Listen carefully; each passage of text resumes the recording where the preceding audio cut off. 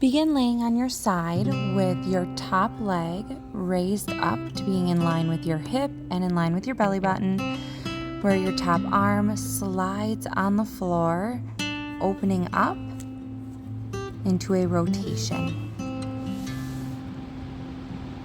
When you glide your arm along the floor, it allows you to incorporate more of that shoulder blade movement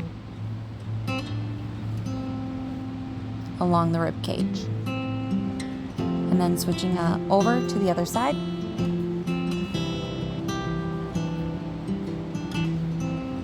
To repeat the same thing. So adjusting your leg in line with your hip and belly button, supporting your head and neck with your bottom arm, allowing that top arm to glide along the floor to create that shoulder blade along the rib cage movement, opening into a T-spine rotation.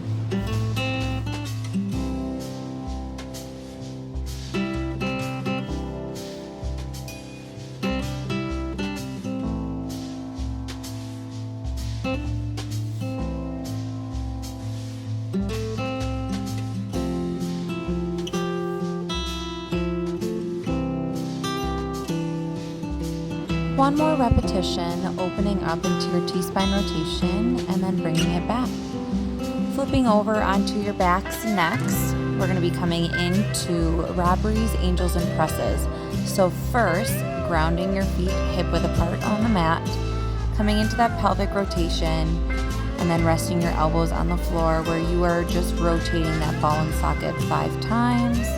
And then taking it into that overhead shoulder press position, allowing your knuckles to be moving on the floor 5 times again, and then opening into a angel movement with your arms for 5 repetitions, all while maintaining that pelvic tilt position.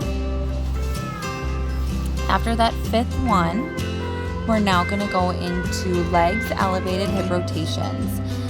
Making sure you're in a reverse crunch position or that tailbone stays lifted, using the obliques to bring your knees side to side. Feeling that pull through the chest, maybe into that lower back. You can make this more difficult by raising your legs straight up to the ceiling.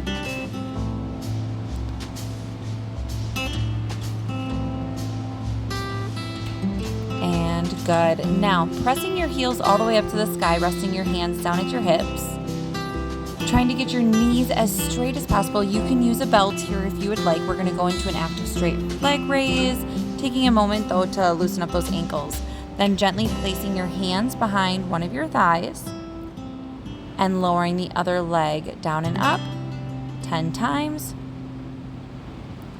Again, really trying to tune into keeping that leg as straight as possible. Pretend you're balancing your water bottle on that leg that's supported. And then working into that other side. Shoulders are relaxed here. Keeping your breath normal.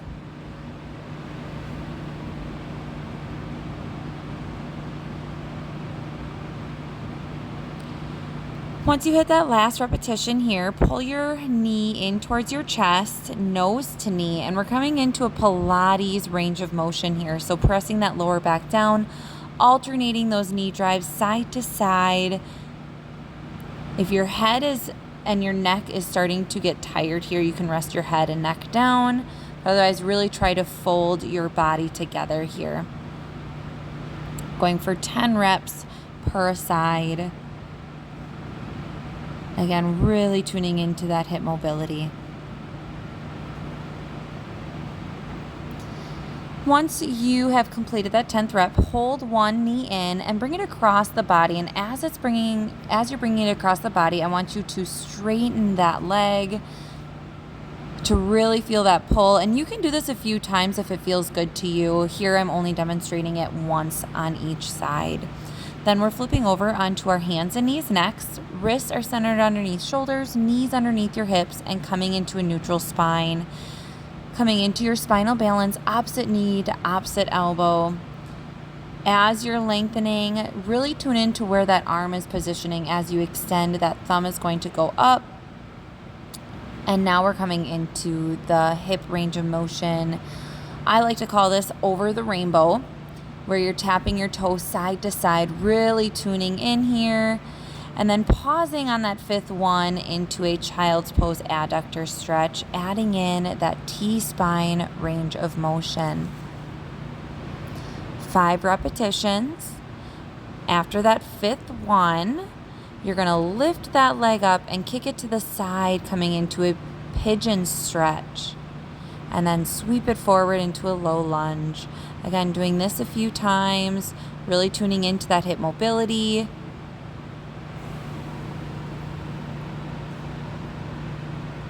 And last one here.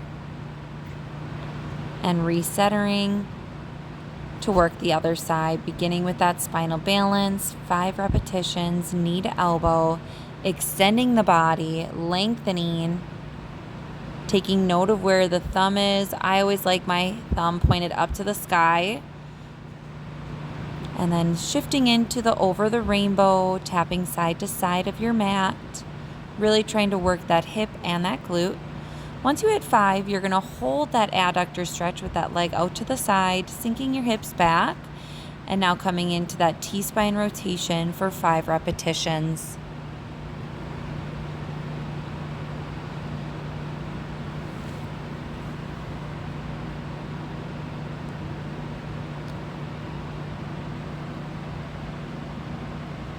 After that fifth one, sweep it over into your pigeon stretch here, and then into that nice deep low lunge, pushing that hip forward, again sweeping it back and sweeping it forward. Good job. Really trying to feel that pull. Again, you can hold these stretches at any time, whatever feels most comfortable for you. Then coming back to that center, pushing into downward dog, alternating the toe tap, shifting into that bear plank, activating those shoulders, pushing those hips to the sky to stretch out that posterior chain.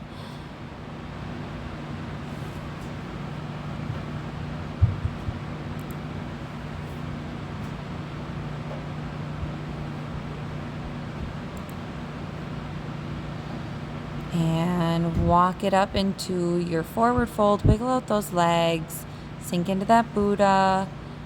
Press those hips up and then walk it back out, flowing through that chaturanga through to child's pose. Again, pike up, walk to toes, into Buddha. The goal is when you're in Buddha is to try to get those heels down onto the floor. How have you improved since the last mobility flow?